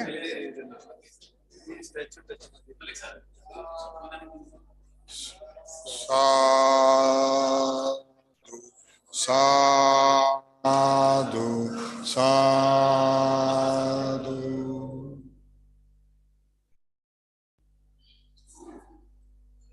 ಚೆನ್ನಾಗಿ ಪೂಜೆ ಮಾಡಿ, ಧ್ಯಾನ ಮಾಡಿ. ಮುಂದಿನದು ಬುದ್ಧ ರೂಪ Lord Buddha and Dr. Baba Saheb Ambedkar Foundation, Mr. Jayaprakash and Mr. Sandeep. Merits dedicated for IBBS good progress. Mr. Jayaprakash and Mr. Sandeep and team, please come. ದಯಮಾಡಿ ಬನ್ನಿ ಜಯಪ್ರಕಾಶ್ ಅವರು ಮತ್ತು ಸಂದೀಪ್ ಅವರು ಈ ಒಂದು ಬುದ್ಧ ರೂಪವನ್ನ ಮಹಾಬೋಧಿ ಸೊಸೈಟಿಯಿಂದ ತಮಗೆ ನೀಡ್ತಾ ಇದ್ದಾರೆ. ದಯಮಾಡಿ ಬನ್ನಿ.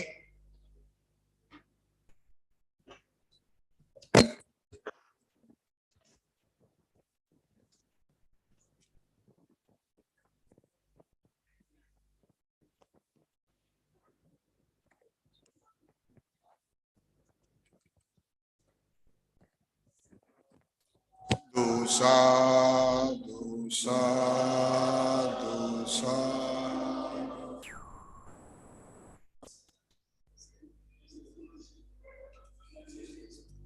ಮುಂದಿನ ಬುದ್ಧ ರೂಪ Bhima Kutira, Devara Chikkanahalli, Bannerughatta main road, Bangalore. Mister Manju, ದಯಮಾಡಿ ಮಂಜು ಅವರ ನೇತೃತ್ವದಲ್ಲಿ ಬಂದಿರುವ ಎಲ್ಲರೂ ಉಪಾಸಕರು ಬರಬೇಕು. ಮಹಾಬೋಧಿ ಸೊಸೈಟಿ ಪರವಾಗಿ ಈ ಒಂದು ಬುದ್ಧ ರೂಪವನ್ನು ಸ್ವೀಕರಿಸಬೇಕು ಅಂತ ಹೇಳ್ತಾ ಇದ್ದೀನಿ. ಮಿಸ್ಟರ್ ಮಂಜು ಮತ್ತು ತಂಡದವರು.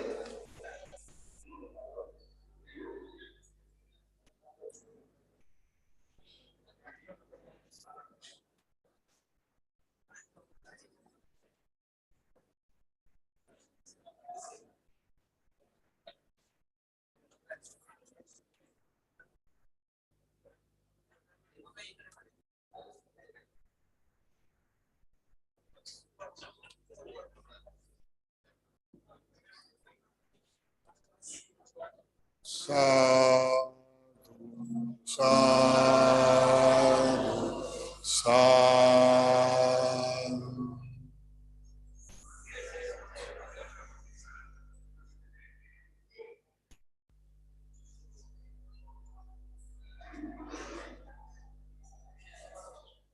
ಎಲ್ಲ ಬುದ್ಧ ರೂಪಗಳನ್ನ ಕೊಟ್ಟಾಗಿದೆ. ಈಗ ಪೂಜ್ಯ ಆನಂದ ಬಂತೇಜಿಯವರು ಒಂದೆರಡು ಮಾತುಗಳನ್ನ ಆಡ್ತಾ ಇದ್ದಾರೆ. ನಮೋ ಬುದ್ಧಾಯ. ಈ ಬುದ್ಧ ರೂಪಗಳು ಅಂದ್ರೆ ಬುದ್ಧ ಪ್ರತಿಮೆಗಳನ್ನ ನಮ್ಮ ಪರಮ ಪೂಜ್ಯ ಬಡಾ ಬಂತೇಜಿ ಆಚಾರ್ಯ ಬುದ್ಧರ ಕಿತ್ತರವರ ಜನ್ಮ ಶತಾಬ್ದಿಯ ನೆನಪಿನಲ್ಲಿ 100 ಪ್ರತಿಮೆಗಳನ್ನ ಇಡೀ ನಮ್ಮ ಭಾರತದ ತುಂಬಾ ವಿಹಾರಗಳಿಗೆ ದಾನವಾಗಿ ಕೊಡ್ಬೇಕು ಅಂತ ಒಂದು ಯೋಜನೆ ಹೋದ ವರ್ಷ ಶುರು ಮಾಡಿದ್ವಿ. ಈಗ ಇವು 76 ಇವುಗಳನ್ನು ಸೇರಿಸಿ 76 ಪ್ರತಿಮೆಗಳನ್ನ 76 ವಿಹಾರಗಳಿಗೆ ಹಂಚಿ ಇವತ್ತಿಗೆ ಮುಗಿದಿದೆ. ಇನ್ನೂ ಒಂದು 25 ವಿಹಾರಗಳಿಗೆ ಹಂಚೋದಿದೆ. ಈ ಇಡೀ ವರ್ಷ ಅದನ್ನ ಯಾವಾಗ ನಮಗೆ ದಾನಿಗಳು ದಾನ ಕೊಡ್ತಾರೋ ಈ ಎಲ್ಲ ಪ್ರತಿಮೆಗಳು ದಾನವಾಗಿ ಯಾರಾದ್ರೂ ಕೊಟ್ಟಿರೋದನ್ನ ನಾವು ಹಂಚ್ತಾ ಇದ್ದೀವಿ. ಯಾರೆಲ್ಲ ದಾನವನ್ನಾಗಿ ಕೊಟ್ಟಿದ್ದಾರೆ, ಯಾರ ಹೆಸರಲ್ಲಿ ಕೊಟ್ಟಿದ್ದಾರೆ, ಕೆಲವೊಂದ್ ಸಾರಿ ಅವ್ರ ತಂದೆ ತಾಯಿ ಅವ್ರ ಹೆಸರಲ್ಲೆಲ್ಲ ಕೊಟ್ಟಿದ್ದಾರೆ, ಅವರೆಲ್ಲರಿಗೂ ಇದರ ಪುಣ್ಯದ ಫಲ ತಲುಪಲಿ, ಅವ್ರಿಗೆ ಒಳ್ಳೇದಾಗ್ಲಿ, ಅವ್ರ ಕುಟುಂಬದವರು ಸುಖ ಶಾಂತಿಯಿಂದ ಇರ್ಲಿ ಅಂತ ನಾವೆಲ್ಲ ಬಹಳ ಶ್ರದ್ಧೆ ಭಕ್ತಿಯಿಂದ ಪ್ರಾರ್ಥಿಸೋಣ. ಮತ್ತು ಬಡಾ ಬಂತೇಜಿ ಅವರ ಈ ಜನ್ಮ ಶತಾಬ್ದಿಯ ಸಂದರ್ಭದಲ್ಲಿ 100 ಪುಸ್ತಕ, 100 ಪ್ರತಿಮೆ, ಇವುಗಳನ್ನ ನಾವೆಲ್ಲ ಸೇರಿ ಈ ಜನ್ಮ ಶತಾಬ್ದಿ ಉತ್ಸವವನ್ನ ಇಡೀ ವರ್ಷ ಆಚರಿಸ್ತಾ ಅದನ್ನ ಸಕ್ಸಸ್ಫುಲ್ ಆಗಿ ಯಶಸ್ವಿ ಮಾಡೋಣ ಅಂತ ಹೇಳ್ತಾ 2 ಮಾತನ್ನ ಮುಗಿಸ್ತೀನಿ. ನಮೋ ಬುದ್ಧಾಯ.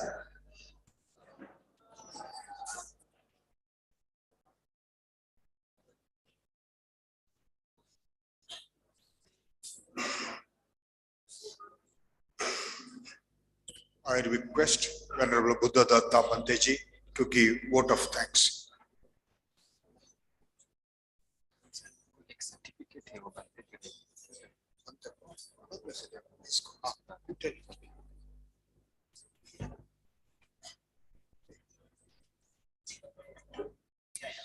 Namo Buddhaya. Homage to the Blessed One, homage to the Perfect One, homage to the Supreme Enlightened One. Homage and salutation at the holy feet of our teacher, the founder, president of Mahabodhi Society, Bangalore, and the great initiator of this Mahabodhi Research Center.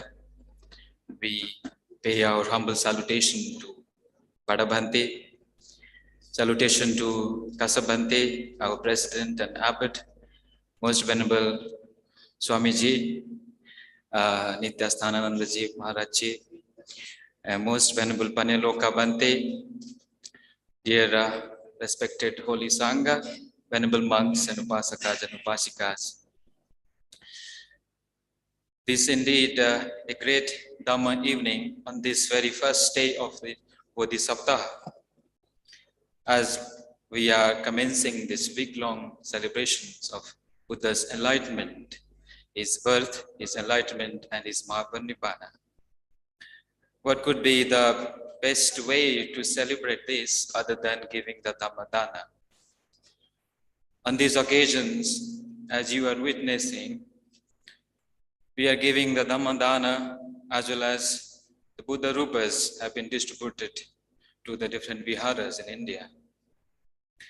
Imagine the legacy of the Lord Buddha is not a past, not a history, as we are talking about the living legacy of the Buddha.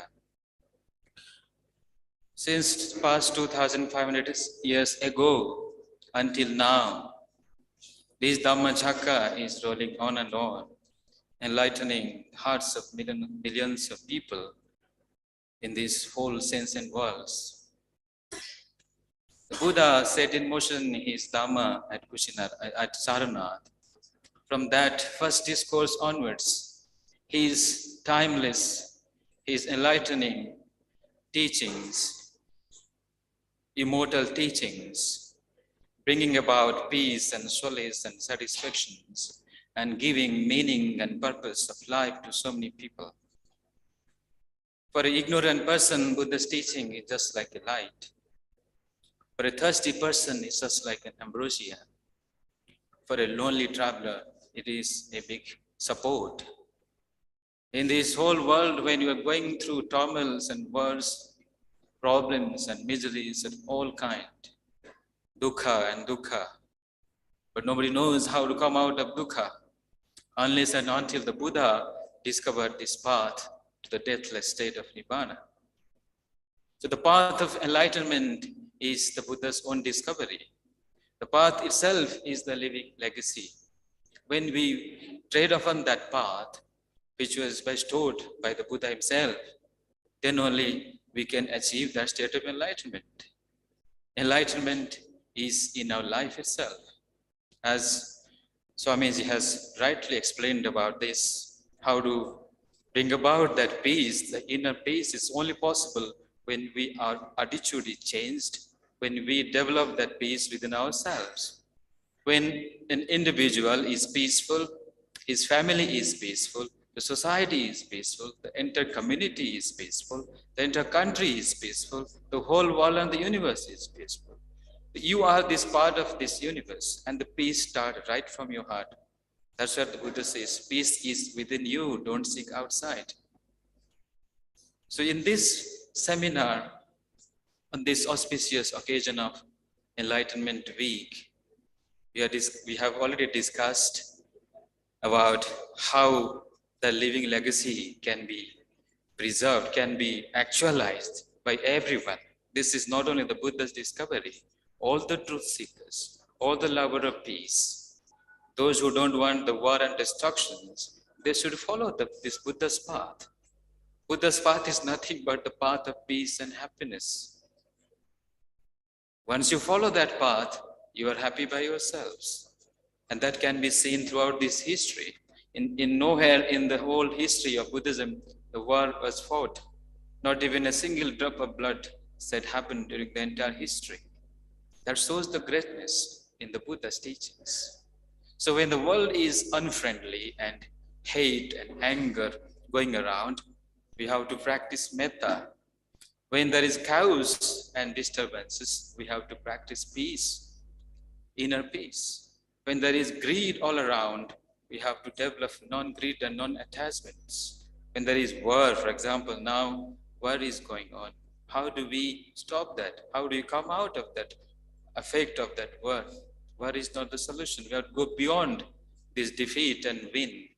There's a constant race going on between who will win. Actually, the winner is also in misery. Buddha says, Dukkhaṃ seti parajito. One who wins also is in suffering, one who also loses also in suffering. But one who actually go beyond this defeat and win, then he actually wins the ultimate peace. So Bhadabhantiji said in his book, This Living Legacy of Buddha, he says, acclimatizing one's mind to truths rather than to beliefs, making one's life is truth-centered, not rather than external power centers, God center. This legacy of the Buddha, everyone can actualize. Therefore, it is a living legacy. So the message from today's seminar, I just sum up in my word of thanks, what the Bhante has said. And Bhante also said about the 4 types of birds, 4 different colorful birds. They flocked together and fell down at the feet of the Buddha, and they became one. When you attain that peace, there is no colors matter. You are peaceful. You are a human being after all. Swamiji has also said very wonderfully, enlightening all of us about the philosophy of Lord Buddha, how we can make friendship with all, how we can change our mind, how we shouldn't find fault with others. We actually look into our own mind. We have to constantly correct ourselves. Buddha's teaching is like that. We have to constantly look at your own silas, own virtues. You have to constantly look after your mind. Then only the changes is possible. That is why meditation is necessary. And further, when you grow in wisdom and insight, you can attain to that highest freedom. You can attain that upasama, that sukha. Buddha called this Nibbānaṃ Paramam Sukha. So with this message, I, on behalf of Mahabodhi Research Center, Mahabodhi Society, and on behalf of our Bhikkhu Sangha, headed by Most Venerable Kassa Bhante and Anand Bhante, Panaloka Bhante, and all of us, we express our deepest gratitude and thanks to Swamiji for gracing this occasion and blessing this Bodhisattva. So also, I express my thanks to Most Venerable Magavihari Bhante for your nice speech on this occasion. And far from Sri Lanka, you have all the way joined with us on live and participated in this event. On behalf of Mahabodhi Society and the Research Center, we are very thankful to you and deeply rejoice with your Dhammadana. I also thank to Anand Bhante Ananda. He is the main pillar of all these programs, even this organizing these seminars and these events and everything. Bhante has always been supportive to arrange all this kind of program. And today's seminar, also all these merits, we would like to dedicate to Anand Bhante for your good health and happiness and peace of mind. So also Panaloka Bhante for gracing this seminar. We are very thankful to Bhante.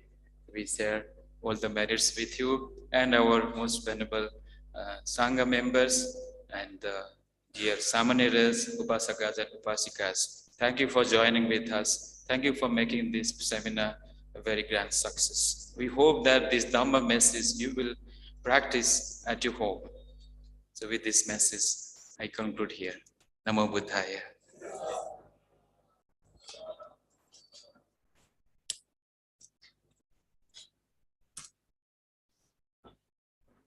Thank you ಬಂತುಜಿ. ಇವತ್ತಿನಿಂದ 16ನೇ ತಾರೀಕುವರೆಗೆ 16 ಬುದ್ಧ ಜಯಂತಿಯ ದಿನ, ಅಲ್ಲಿವರೆಗೂ ಪ್ರತಿದಿನ ಕಾರ್ಯಕ್ರಮಗಳಿರುತ್ತೆ. ತಾವು ಇನ್ವಿಟೇಷನ್ಗಳನ್ನ ಪಡೆದು ಎಲ್ಲೆಲ್ಲಿ ಕಾರ್ಯಕ್ರಮ ಇರುತ್ತೆ ಅಲ್ಲಿಗೆ ಬರಬಹುದು. ದಯಮಾಡಿ ತಾವೆಲ್ಲರೂ ಕೂಡ ಇನ್ವಿಟೇಷನ್ ಅನ್ನ ಪಡಿಬೇಕು ಅಂತ ಹೇಳಿ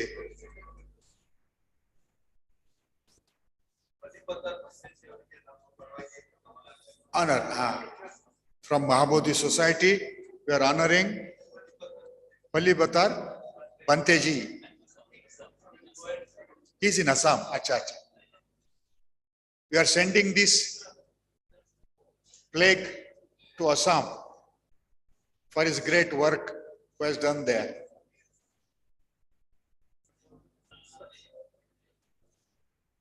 But Anand Bante.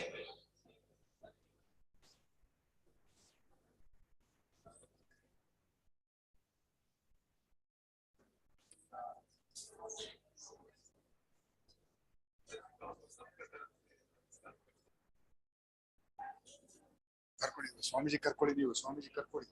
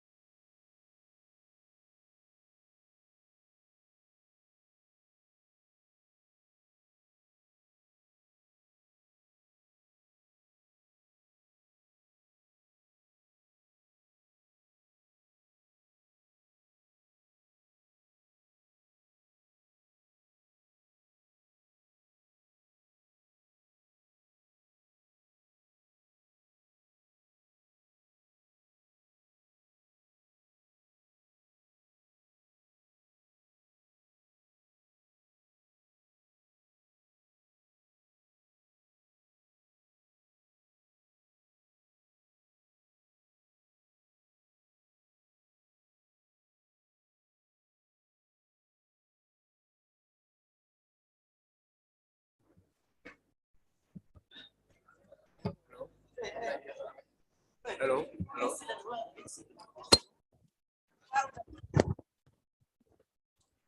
Hello. Hello. Okay.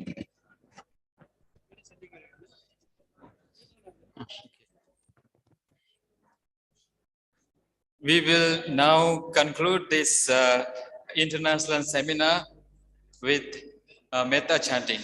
We will radiate the thoughts of universal love to all sentient beings. Our venerable monks, they will now chant metta for world peace and happiness. Sukhi bhaveyani dukho ahanicca aham viya itacha me sukhi hontu Majjata Chataverino Imam Higama Ketame Sata Hontu Sukhi Sata Sato Paranchara Jesu Chakavale Sujantono Sadhu Sadhu. May all those who are suffering be free from suffering. May all those who are in pain, may they be free from pain. May all those who are in sorrow, may they be free from sorrow.